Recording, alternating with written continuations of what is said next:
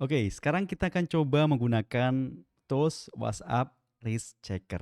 Dan di sini ini keren banget teman-teman, kita bisa menganalisis apakah pesan yang akan kita kirimkan itu termasuk pesan yang beresiko membuat nomor WhatsApp kita diblokir oleh WhatsApp. Jadi ini adalah langkah untuk meminimalisir apakah nantinya pesan kita itu dianggap spam atau tidak oleh WhatsApp ya. Di sini silakan teman-teman langsung aja masukkan draft pesan yang teman-teman tulis secara manual ya. Di sini saya sudah coba ya. Di sini saya sudah coba untuk membuat pesan dan saya tulis sendiri ya. Saya tulis sendiri di sini. Dan saya juga sering mendapatkan pesan seperti ini ya dari entah siapa yang melakukan spam itu, saya sering mendapatkan ini dan saya contohkan ya. Apakah pesan yang semacam ini itu ada risikonya untuk diblokir atau tidak? Oke. Jadi silakan pertama teman-teman ngetik sendiri ya, kemudian paste ke sini ya. Kemudian kita coba cek analisis risikonya ya. Oke, kita tunggu sejenak ya.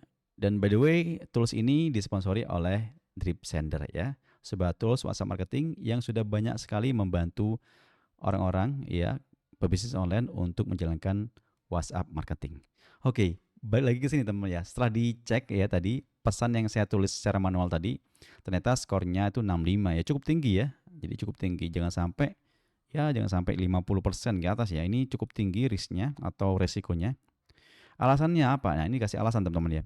Pesan ini yang tadi saya tulis itu tergolong sebagai komunikasi komersial yang tidak diminta atau unsolicited commercial communication atau call outreach ya, yang melanggar kebijakan penggunaan WhatsApp. Nah ini ya, kita kan selama ini nggak tahu, kita biasanya tinggal kirim-kirim aja pesan promosi gitu ya.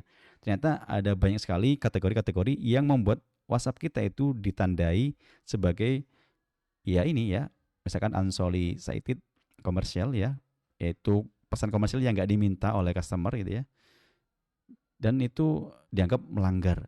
Makanya kita sering mendapatkan blokir gitu ya. Dan yang kedua, penggunaan informasi spesifik mengenai kondisi bisnis penerima. Ya, belum mempunyai website. Nah, ini berpotensi membuat penerima merasa terganggu ya. Ya, kadang ya terganggu itu misalkan baper gitu ya. Wih, siapa lu gitu ya? Kok tiba-tiba menganggap saya nggak punya website. Ya, kalau misalkan punya website kan malah tambah jengkel banget ya orang yang tersebut gitu ya. Jadi ini ternyata saya menulis seperti ini tadi itu ini menjadi sebuah kondisi nantinya dikhawatirkan akan membuat orang itu baper gitu ya dan merasa terganggu ya karena ya dianggap melakukan riset secara invasif gitu ya.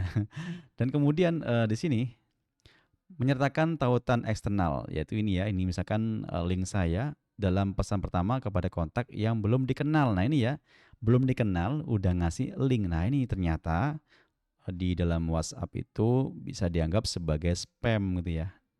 Nah ini adalah highlight masalah. Ini kan pesan yang saya tulis tadi ya. Jadi pesan yang saya tulis tadi ternyata ini ada masalahnya nih ya. Ini penting banget untuk kita tahu ternyata pesan yang kita tulis itu ada potensi masalah. Oke, kemudian di sini kita coba ya tentang konteks perbaikan. Jadi kita akan lengkapi ini ya. Contoh misalkan promosi ya, jelas kita ya promosi ya tadi ya. Tadi pesan saya itu pesan promosi ya atau edukasi ya. Oh ini promosi ya. Oke, langsung promosi padahal orang itu belum saya kenal tapi saya langsung kirimi gitu ya. Itu salah banget teman-teman ya. Mungkin ya cobalah kita coba yang promosi jualan. Gaya bahasanya formal ya, karena untuk perusahaan itu biasanya formal. Kalau misalkan untuk yang generasi-generasi milenial atau bahkan yang Gen Z itu ya, itu bisa yang humoris atau santai gitu ya. Kalau misalkan ke perusahaan biasanya pakai yang formal aja, oke? Kemudian tone-nya bagaimana? Tone-nya itu empati ya, atau antusias atau kalem. Saya pilih yang empati gitu ya. Saya pilih yang empati.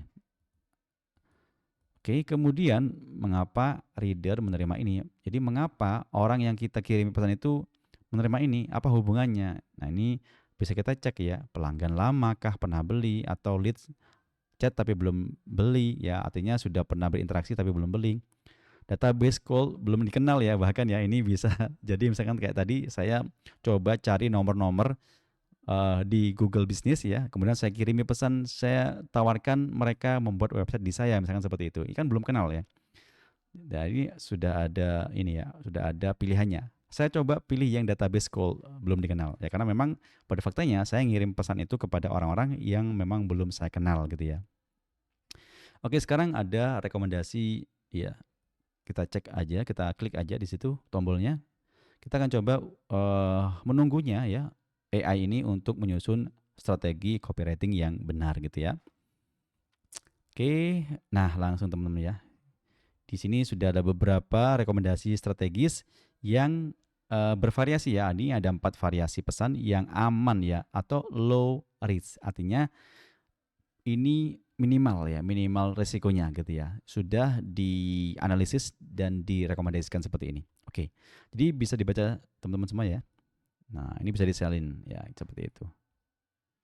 Oke, karena tadi apa? Karena tadi di sini seperti ini karena tadi saya belum mengenal orang yang saya kirim pesan gitu ya. Makanya seperti ini pesannya ya. Kalau misalkan saya kirim kepada orang yang sudah pernah beli itu pasti berbeda jadinya ya.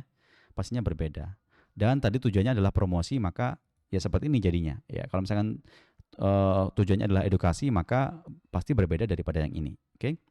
Jadi silakan teman-teman bisa gunakan ya. Ini ada ultra soft bahkan ya. Ada yang relasional ya dan seterusnya. Oke, ada yang versi inbound marketing dan covert selling. Ini luar biasa teman-teman ya. Sudah dianalisis dan sudah dioptimasi dengan berbagai POV ya, point of view ya. Ya seperti itu. Atau kalau misalkan teman-teman pengen menganalisis yang baru ya, silakan mulai analisis baru. Maka AI-nya akan memberikan lagi masukan kepada kita untuk kita gunakan campaign-nya. Oke. Di sini bisa teman-teman untuk juga bisa melakukan spin tag, misalkan ya ada simulasi dan seterusnya. Di spin tag ini ya kita bisa melakukan spin tag itu pada pesan yang akan kita kirim ya. Jadi seperti ini, misalkan halo, hai, selamat siang, selamat sore. Ini biasanya digunakan dengan kalau kita misalkan menggunakan tools WhatsApp marketing ya seperti Drip Sender, ini bisa dipakai teman-teman ya. Karena ini menjadi spin tag nantinya. Akan pesannya itu berbeda-beda setiap customer yang akan kita kirim, begitu ya. Kemudian juga ada simulasi, ini simulasi balasan user ya. Ini simulasi ya. Jadi kira-kira user itu seperti apa balasnya. Kalau misalnya positif, maka seperti ini. Nah, kalau menolak ya, halo Kak, makasih ya banyak penawarannya ya. Tapi saat ini Sudo Property belum prioritas ke website Google Business kan dan media sosial masih lumayan efektif. Nah, ini menolak ya. Ada juga yang skeptis ya. Nah, ini silakan teman-teman ini nantinya kalau misalkan teman-teman mendapatkan pesan di antara 3 ini, dilihat ya kalau misalkan positif berarti ini bisa dilanjut teman-teman ya, bisa dilanjutkan untuk promosinya.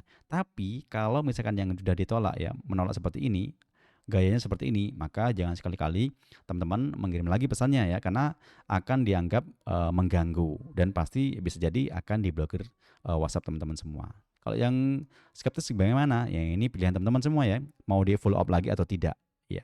Tapi paling aman kalau misalkan jawabannya seperti ini, semacam ini, maka ini bisa untuk kita kirimi pesan lagi, untuk kita follow up lagi. Jadi begitu ya teman-teman semua, ini tools ini sangat-sangat recommended untuk digunakan oleh teman-teman yang menggunakan WhatsApp untuk melakukan marketing gitu ya.